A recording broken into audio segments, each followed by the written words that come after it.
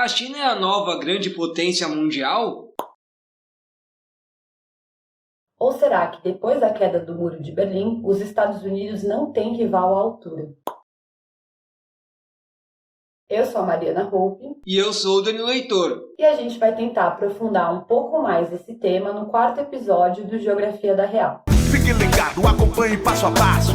Condomínios luxuosos por todos os lados. O Congresso, o Planalto colados.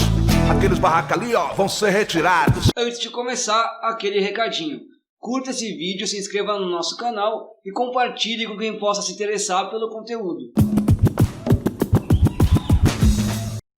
A China aparece cada vez mais como uma potência econômica no século XXI. Alguns analistas têm afirmado que, devido às ameaças de espionagem, disputas e sanções comerciais com os Estados Unidos, o mundo estaria se lançando a uma nova Guerra Fria. De um lado, o antigo vencedor, e de outro, a nova potência em franca ascensão. Por trás e para além dos conflitos entre os dois países, está em jogo a definição sobre quem será o protagonista da economia global e quem que ditará as regras nas próximas décadas. No episódio anterior, a gente discutiu aqui o contexto socioeconômico chinês, seu grande e rápido desenvolvimento, e a gente também entrou no mérito sobre se a China se enquadra enquanto um país comunista ou um país capitalista. Nesse episódio, a gente vai continuar falando sobre a China, mas tentando aprofundar a discussão a respeito da sua relação com os Estados Unidos.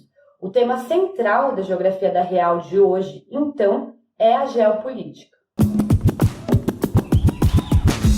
A geopolítica é uma área de pesquisa da geografia que analisa os processos históricos e políticos, estudando a relação entre o poder e o território, e investigando as disputas e conquistas de território e as mudanças que elas causam intra e entre estados. Dá para dizer que o objetivo da geopolítica é analisar, a partir de uma perspectiva geográfica, o contexto político mundial ou de um território determinado. Para fazer isso, são levadas em conta as guerras, os conflitos, as disputas ideológicas e territoriais, as políticas de Estado e os acordos internacionais. Na geografia, a gente também discute um conceito chamado Divisão Internacional do Trabalho, que é conhecido também como DIT ou DIT, que, de uma maneira simples, pode ser entendida como a forma como as diferentes etapas da produção econômica se dividem pelos países e territórios do planeta.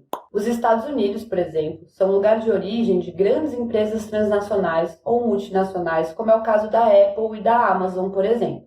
As sedes dessas grandes empresas sempre estão em território norte-americano, mas as suas filiais estão espalhadas pelo mundo inteiro.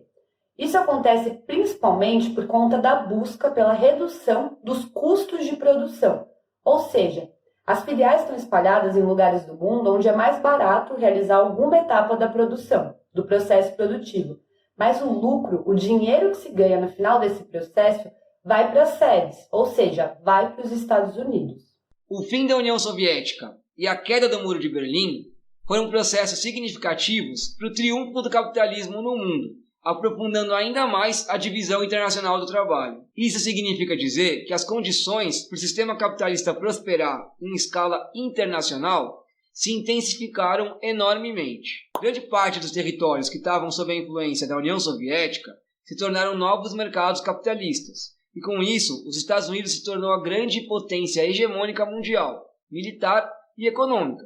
E os interesses do Estado se atrelaram ainda mais com os do capital, através do neoliberalismo. Quando a China abriu seu território para a chamada economia de mercado, ainda na década de 80, vale a pena dar uma conferida nos episódios 3 e 4 do Geografia da Real para saber mais sobre isso. Grande parte dos economistas acreditou que o país asiático se transformaria em mais um elo da cadeia global de produção pilotada pelos Estados Unidos. Mas a velocidade do desenvolvimento chinês e as políticas de Estado relacionadas a como esse desenvolvimento acontece caminharam para um outro lado, fortalecendo as empresas estatais e privadas da própria China. Daí o empenho do atual presidente americano, Donald Trump, em tentar esmagar a sua mais nova concorrente, que cresceu rápido demais e começa a ameaçar o seu papel de superpotência hegemônica atual. A preocupação americana com o crescimento chinês se dá em relação à concorrência em muitas áreas, mas principalmente no campo da tecnologia. Isso inclui a tecnologia militar, a inteligência artificial e as tecnologias que estão relacionadas à internet, como o 5G. Existe uma possibilidade real da China se tornar uma líder global nessas áreas, ultrapassando os Estados Unidos e fornecendo tecnologias ao mundo todo, da mesma forma que os Estados Unidos faz há décadas. Uma série engraçada e interessante que fala sobre isso e que você pode assistir no Netflix é a Space Force, onde uma agência militar espacial é criada por um presidente autoritário nos Estados Unidos para ocupar com soldados o espaço antes da China.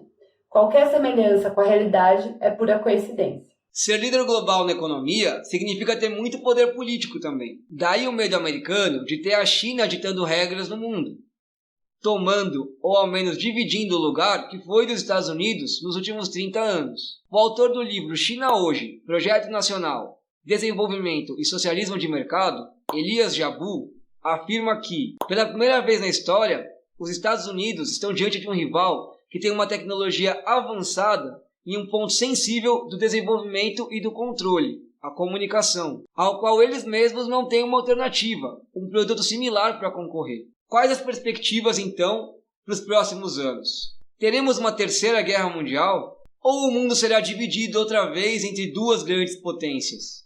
E a pandemia do coronavírus no meio disso tudo? Será que a gente vai viver uma guerra de vacinas? É claro que a gente aqui no Geografia da Real não tem todas essas respostas. Ninguém tem.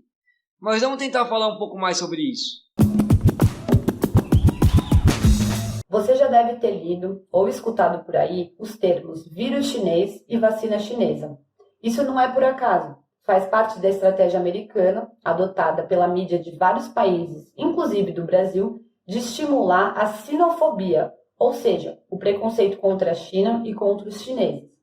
Essa é só uma das facetas de um futuro que se coloca cada vez mais em disputa, que é uma disputa econômica, política e, como a gente disse nos episódios anteriores do Geografia da Real, é uma disputa também social. Aqui, vale um parêntese sobre o Brasil e a disputa pelo mercado do 5G. Nosso atual governo está completamente alinhado com os Estados Unidos, o que não faz muito sentido, porque nossa economia está fortemente vinculada à China, tanto nas importações quanto nas exportações. O alinhamento brasileiro com os Estados Unidos é, portanto, puramente ideológico e faz parte desse jogo de propaganda e xenofobia promovida pelo governo dos Estados Unidos.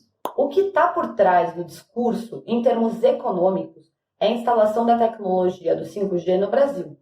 Tecnologia essa que é vista como representante de uma nova revolução tecnológica. Com ela, vai ser possível operar todo tipo de equipamento, desde maquinários agrícolas a eletrodomésticos à distância.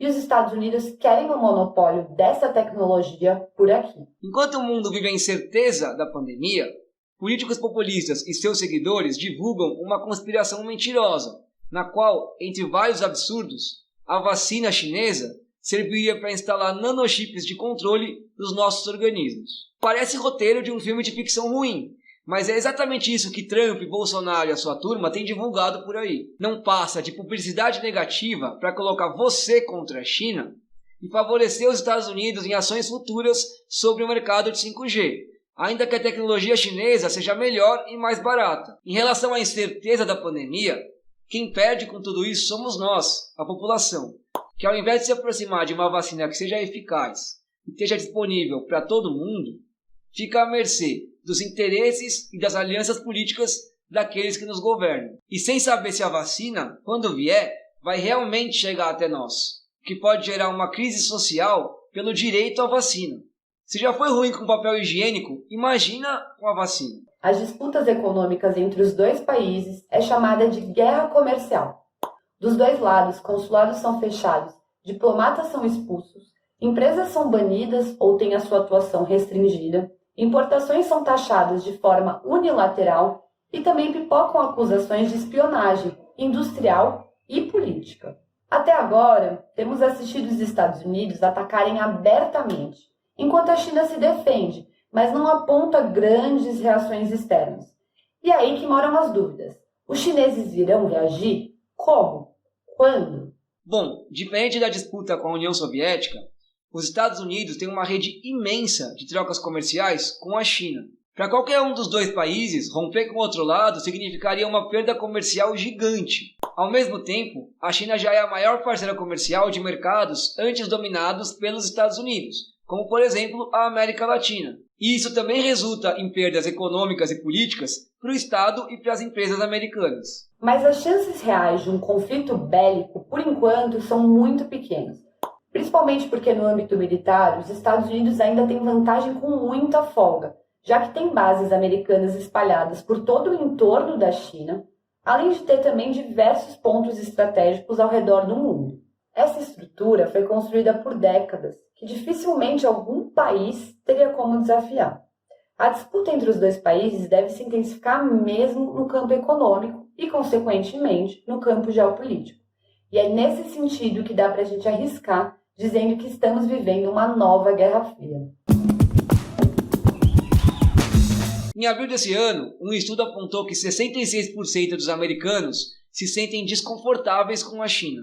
Ao mesmo tempo, uma pesquisa com acadêmicos chineses mostrou que 62% acham que os Estados Unidos quer sim instalar uma nova Guerra Fria contra a China. Se você já estudou sobre a Guerra Fria ou já conversou com alguém que viveu essa época, você deve saber que tinha um sentimento que era comum dos dois lados: o medo. Se hoje o perigo de uma guerra nuclear não é mais o mesmo, embora ainda exista, há muitas outras dimensões sociais que nos afetam em jogo.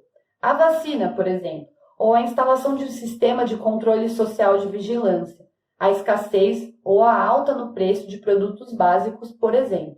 Para nós, que somos os principais atingidos nesse processo inteiro, o sentimento que cresce é que a nossa saúde, nossa força de trabalho, nossa perspectiva de futuro estão diretamente condicionadas pelas disputas entre as duas maiores economias do mundo, seja essa disputa comercial, bélica, fria ou quente. E é por isso que a gente precisa estar sempre atento às movimentações nesse tabuleiro geopolítico. Por isso, a gente termina o vídeo fazendo alguns pedidos.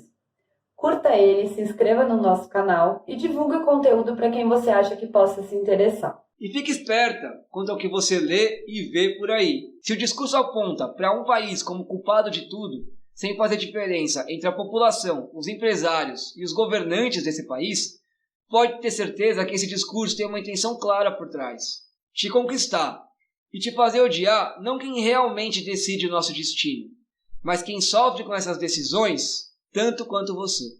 Eu já atravessei a ponte do Paraguai. Um filme inspirou a ponte do Rio que cai. É sucesso em Campinas e na Fotos Racionais, mas a ponte da capital é demais.